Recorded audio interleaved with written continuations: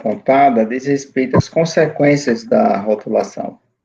A rotulação realizada pelos controles sociais, ela interfere no eu social, na forma como a pessoa se projeta socialmente.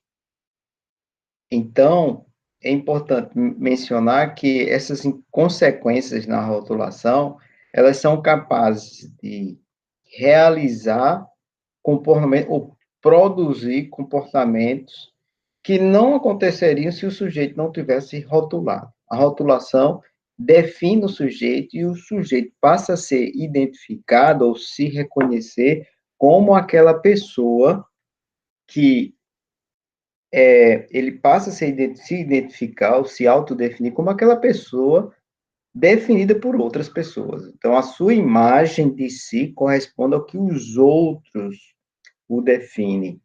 A pessoa rotulada passa a agir conforme a rotulação. É isso que nós queremos dizer. O filme Cidade de Deus, né, tem uma frase muito emblemática em que Dadinho diz, ele rejeita o nome Dadinho, ele diz, meu nome agora é Zé Pequeno. Então, isso muito identifica o momento em que Dadinho está se reconhecendo de forma diferente.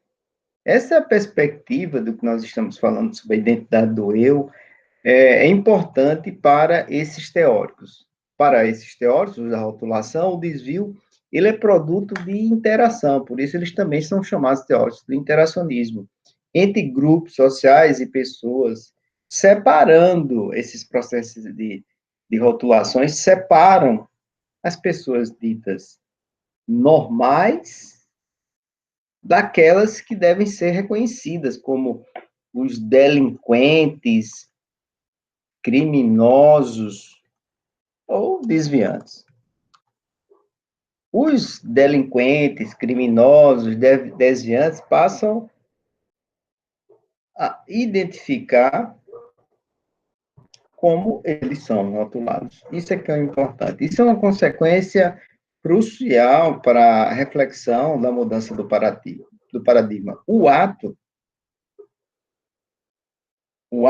desviado, o ato de infração à lei, por si só não produz a rotulação. É preciso que exista uma reação, e ainda é preciso que exista uma reação e também um processo de internalização do sujeito para receber essa rotulação. O sujeito pode simplesmente ignorar ou desconhecer a rotulação. O ato de fumar maconha pode ser um ato absolutamente normal em um certo grupo, nos processos de interação que ocorrem no interior desse grupo, ou pode ser algo que se sujeite a uma forte reação. É importante observar isso, que o ato em si, o comportamento desviante em si, depende de uma reação.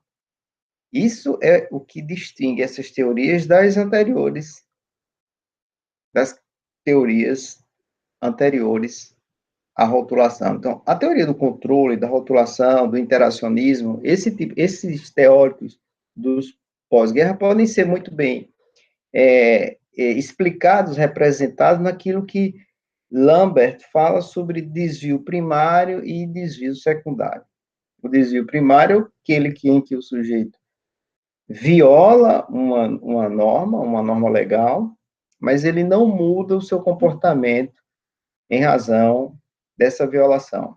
O desvio secundário, o sujeito ele passa a se comportar de forma diferenciada, ele se adapta à situação de reação. Existe uma reação que é produzida e esse sujeito incorpora essa reação e por motivos de defesa ou de adaptação social, ele passa a se comportar de maneira diferente. Então, ele pode ser rotulado e se adaptar a essa situação de rotulação e mudar o seu comportamento, passando, assim, a ter comportamento desviante, confirmando a sua etiqueta de desviante.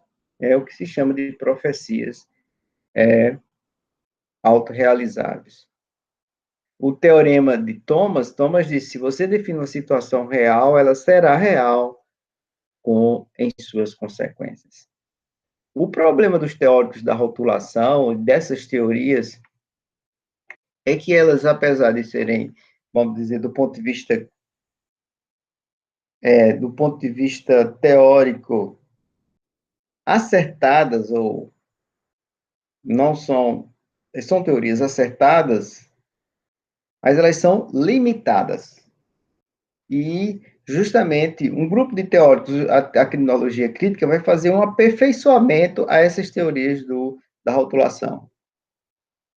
Porque esses teóricos da rotulação vão se limitar muito justamente às explicações das questões, das condutas que receberam uma reação.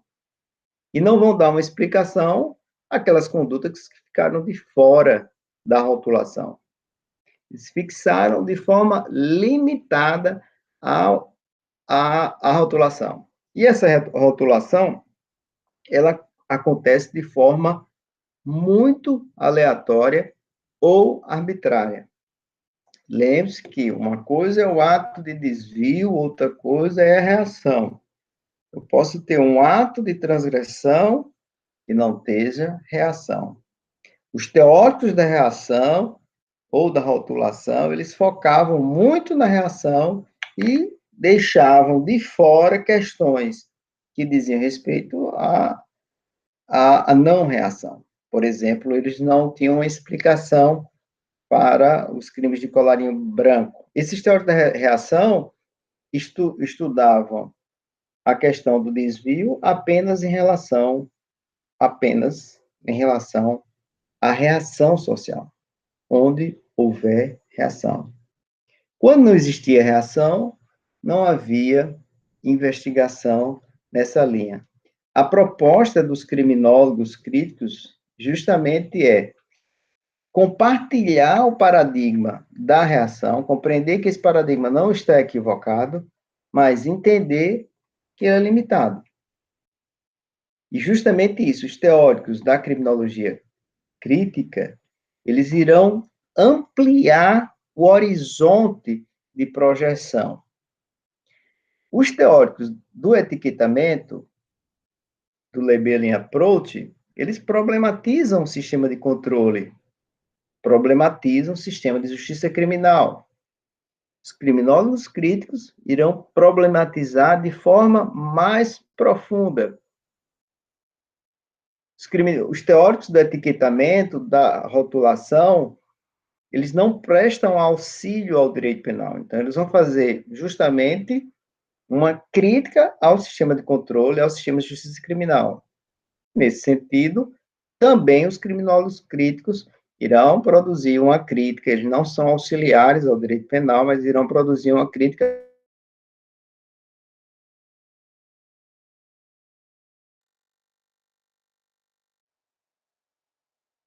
buscar melhorar o sistema, reformar o sistema. A criminologia crítica apresenta uma proposta mais abrangente ainda de transformação. É essencialmente uma criminologia abolicionista. Só esses elementos já são suficientes para demonstrar o quanto a criminologia crítica ela amplia o objeto de reflexão do desvio.